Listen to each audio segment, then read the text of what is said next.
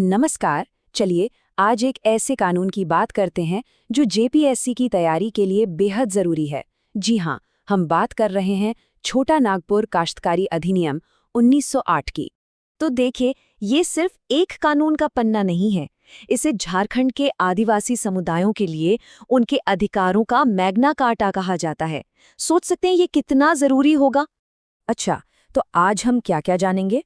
सबसे पहले इसे झारखंड की जमीन का मैग्ना कार्टा क्यों कहते हैं, फिर ये कानून कैसे एक विद्रोह से पैदा हुआ, उसके बाद इस एक्ट का ब्लूप्रिंट क्या है, भूमि हस्तांतरण को ये कैसे नियंत्रित करता है ये भी समझेंगे, और हाँ, जेपीएससी के लिए कौन सी धाराएं सबसे जरूरी हैं, और आखिर में आज के दौर में ये एक्ट कितना प्रासंगिक है। तो चलिए शुरुआत करते हैं और समझते हैं कि आखिर ये अधिनियम इतना खास क्यों है। तो इसका मतलब क्या है? बिल्कुल साफ शब्दों में इस कानून का एक ही मकसद था और है आदिवासी आबादी की जमीन के अधिकारों को बचाना, इस बात को पक्का करना कि उनकी जमीन गैर आदिवासियों के पास न जाए और जो सामुदायिक मालिकाना हक का कॉन्सेप्ट है वो बना रहे। अब इस कानून की जड़ों तक चलते हैं। इसकी कहानी शुरू होती है एक बड़े विद्रोह से, एक ऐसे दौर से जब हर तरफ अशांति थी। देखिए, 19वीं सदी के आखिर में बिरसा मुंडा आंदोलन ने पूरे देश का ध्यान खींचा। क्यों? क्योंकि आदिवासियों की जमीन छीनी जा रही थी, उनका शोषण हो रहा था। इसी आंदोलन की आग से निकला ये कानून। 1903 में फादर जॉन बैप्टिस्ट हॉफमैन ने इसका ड्राफ्ट तैयार किया।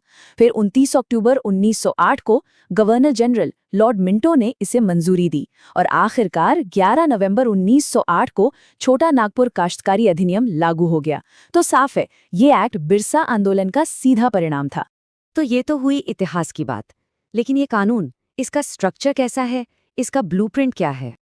अच्छा, अब ये जो नंबर हैं, 19 चैप्टर्स, 271 सेक्शंस और 2 शेड्यूल्स, इनको बिल्कुल याद कर लीजिए। परीक्षा के नज़रिए से ये बहुत ज़रूरी हैं।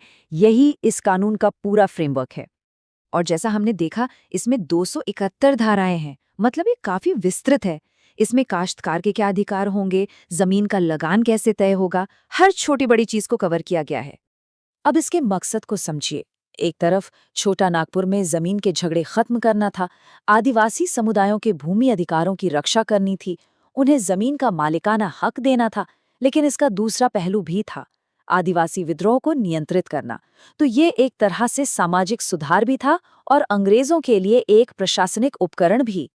अब आते हैं इस एक्ट के सबसे जरूरी और शायद सबसे विवादास्पद हिस्से पर, वो हिस्सा जिस पर सबसे ज्यादा सवाल बनते हैं और सबसे ज्यादा बहस होती है, भूमि हस्तांतरण। यहाँ 2 धाराएं बहुत जरूरी हैं, धारा 46 और धारा 49। धारा 46 कहती है कि एक आदिवासी डिप्टी कमिश्नर की अनुमति से अपने ही थाना क्षेत्र के किसी दूसरे आदिवासी को जमीन हस्तांतरित कर सकता है। यही नियम एससी और ओबीसी समुदायों पर उनके जिले के अंदर लागू होता है। लेकिन धारा 49 गैर आदिवासियों को हस्तांतरण पर सख्त रोक लगाती है।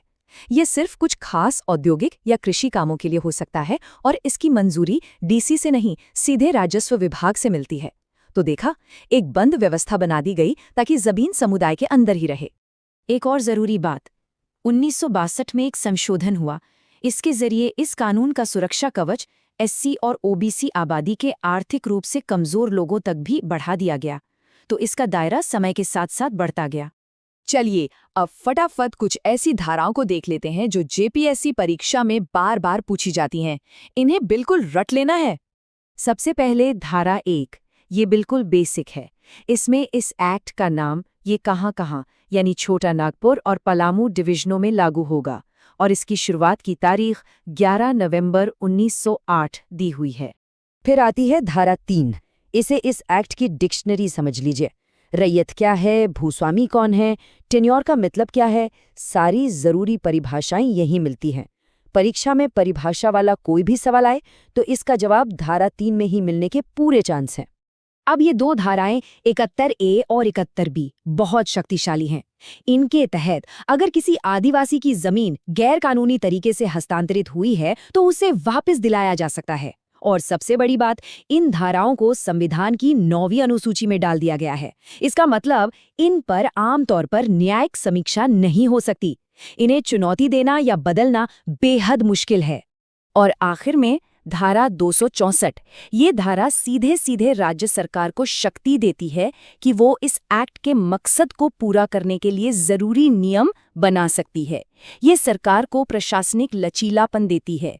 तो ये तो हो गए कानून के तकनीकी पहलू, लेकिन अब सवाल ये है कि 1908 का ये कानून आज इस दौर में क्यों इतना जिंदा है? क्यों आज भी इस पर इतनी चर्चा होती है? खूंटी के गांव वालों की ये बात सुनिए।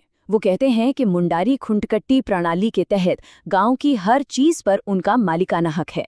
ये बात दिखाती है कि लोगों के लिए सीएनटी अधिनियम सिर्फ एक कानून नहीं, बल्कि एक ऐसी व्यवस्था है जो उन्हें आधुनिक कानूनों से भी ज्यादा मजबूत और व्यापक अधिकार देती है। लेकिन इसका दूसरा पहलू भी है। इस कानून को जमीन पर उतारना एक बहुत बड़ी चुनौती है।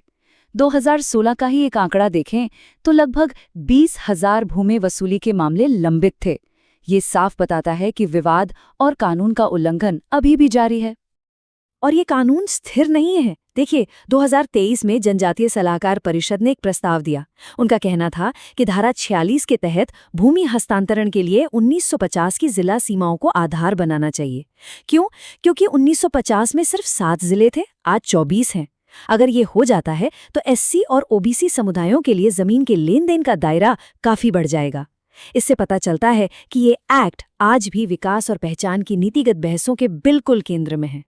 और यही इस पूरी चर्चा को एक बड़े सवाल पर लाकर खड़ा कर देता है। एक सदी से भी पुराने इस कानून को आज के आधुनिक विकास की जरूरतों के साथ कैसे संतुलित किया जाए?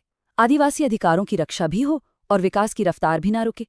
ये संतुलन कैसे बनेगा? सोचने वाली बात है।